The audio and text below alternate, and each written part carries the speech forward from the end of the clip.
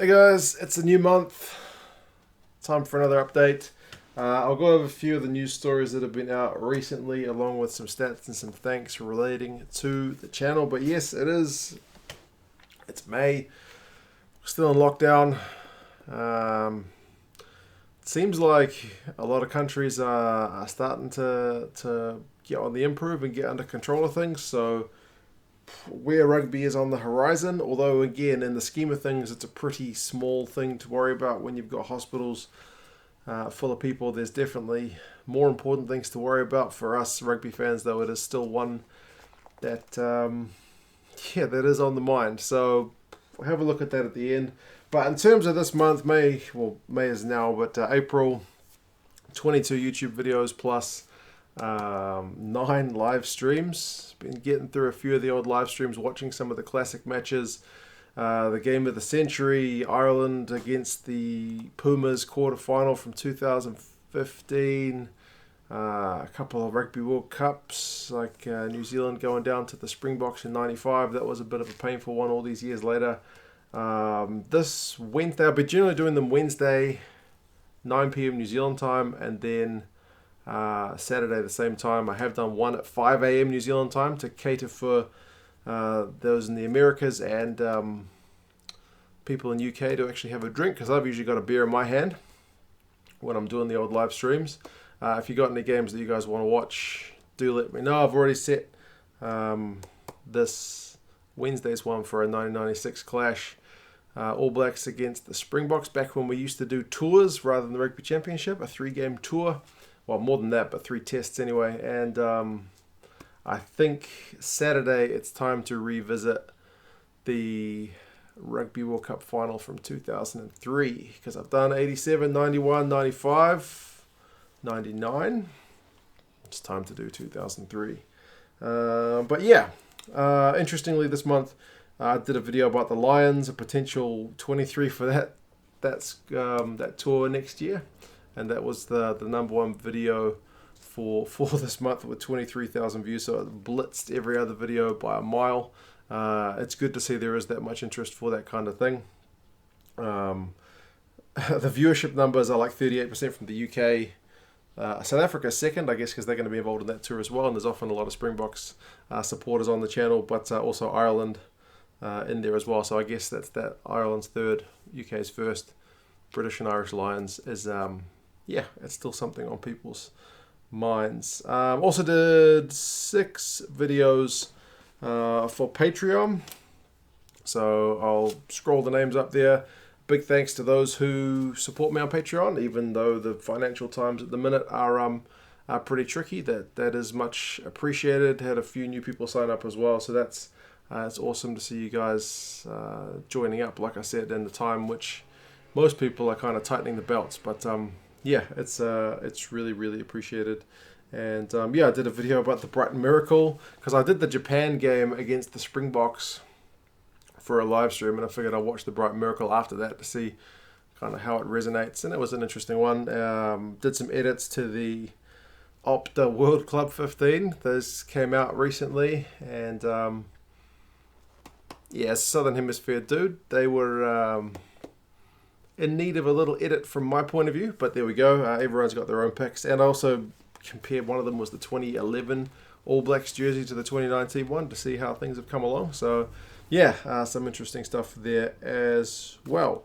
Even been doing a bit on Twitch. It's been a busy month despite there being no rugby on. So if you do get into your gaming, you want to see a bit of Rugby 20, which is the latest rugby game out until the next Rugby Challenge game comes out. I hadn't played rugby games for about 10 years until this one came out. Lockdown, I decided to get it. My handle on Twitch is 2 Cents Rugby, so check things out there. I haven't got a regular streaming time for that, but I've been doing it every now and again, so I'll see if I can sort that out. But yeah, that was the month of April. Like I said, thank you to the Patreon people for the support. It is awesome.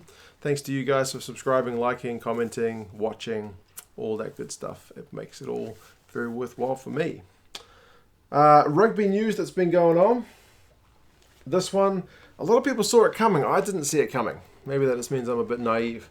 Pote Human, who is the coach of the Bulls in Super Rugby, He's left his position as coach early. He was due to finish at the end of the Super Rugby season. I think through to October his contract was supposed to go.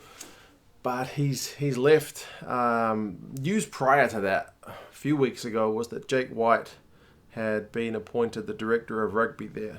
And from the initial stories I read was that Jake had a pretty good opinion of Pote, and that I thought maybe Jake was going to do the director of rugby thing, and Pote would still be doing the coaching thing.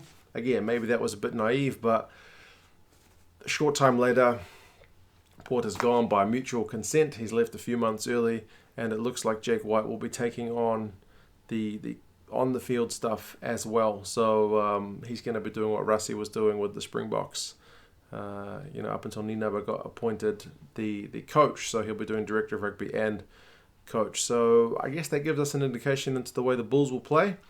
And I think we may see some player movements in the coming months as well. There's already talk that Mani Libok, their fly half, might be going to head to the Sharks. So we will see.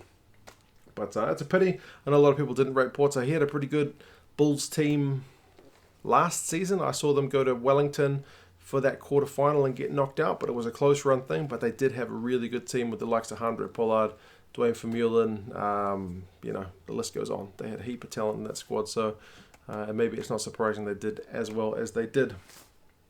Top 14 seems that it might be calling it quits for the 2019-2020 season. So obviously, and down here we do things in a yearly cycle where it kind of fits within the calendar year. Whereas all the northern competitions, they straddle both years, right? The end of one year, the start of another. So it looks like it's maybe not necessarily rugby done for the year, but done for the season with the Pro 14. It seems by all accounts that it's been done. There's been an announcement that they've made a decision to call it off, but it still has to be ratified. I'm not sure how it works, but by all accounts, it seems like the top 14 will be done for this year. So rugby in France, club rugby or franchise rugby, whatever you want to call it, is likely to be done, because I think the French government has announced that sports need to be canned until, was it July or something like that? So that pretty much writes the season off. What that means for the Champions Cup and the Challenge Cup, which are the European competitions, which the French teams participate in with the English, Welsh, Scottish, Irish teams. That's kind of up in the air to see how that works. Whether they would just withdraw, whether those competitions will be canned. Again, that's kind of one we've got to watch the space. I haven't read anything since. This announcement was a couple of days ago. So I think a lot of this stuff is still kind of very much watch this space at the minute. But so while these guys are looking at getting things called off for the year, down here in New Zealand, and I think very much so in South Africa and Australia as well, they are itching to get rugby back on. We weren't so deep into our seasons, so the clubs are very, very keen to get some rugby back on. Interestingly, and kind of as a side note, there's one New Zealand Rugby League team here that plays in the Australian competition, the NRL, and they've recently gotten permission to go over. They chartered a flight. They went over to Australia. They're going to do some isolation time and then look to get that competition underway. So they'll be based in Australia, so it'll be all in Australia. That's kind of doable because there's only one team in New Zealand and all the rest are in Australia. With the likes of Super Rugby, there's a lot more teams, so you wouldn't be able to choose a place for them all to be based, one would imagine. So how these competitions will get underway, if they get underway, again, it's small stuff in the scheme of things, but they're looking at it pretty desperately in terms of the finances and whatnot. So there's been talk about New Zealand setting up an abridged Super Rugby with the 5 New Zealand teams, followed by a Mitre 10 Cup and maybe a North-South All Blacks game. There's been talk about potentially a Trans-Tasman competition between the Aussie and Kiwi teams, if both countries can agree that if both are able to get the virus under control, then they'll allow Trans-Tasman travel. Still remains to be seen.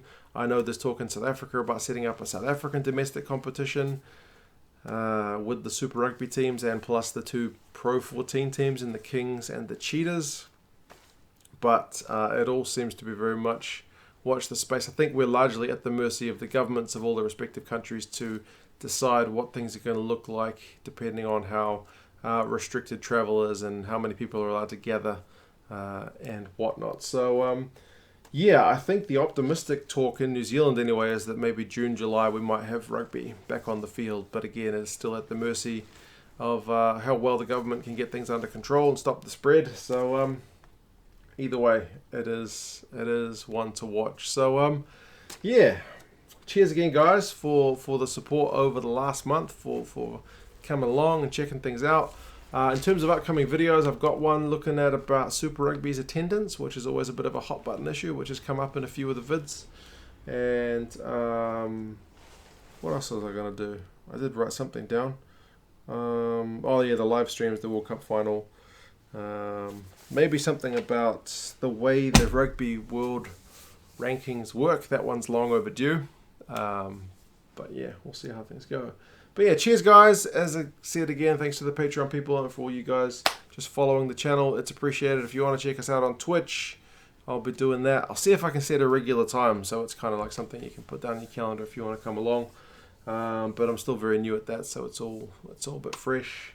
And Rugby 20, I'll have to review that game at some point as well if I can get a collection of footage together, because it's a bit of a mixed bag. There's some good stuff about it and there's some pretty bad stuff, but yeah, you guys let me know your thoughts on these. As I said, cheers for the support. April was a pretty good month, all things considered. And yeah, I'll talk to you again soon. See you later.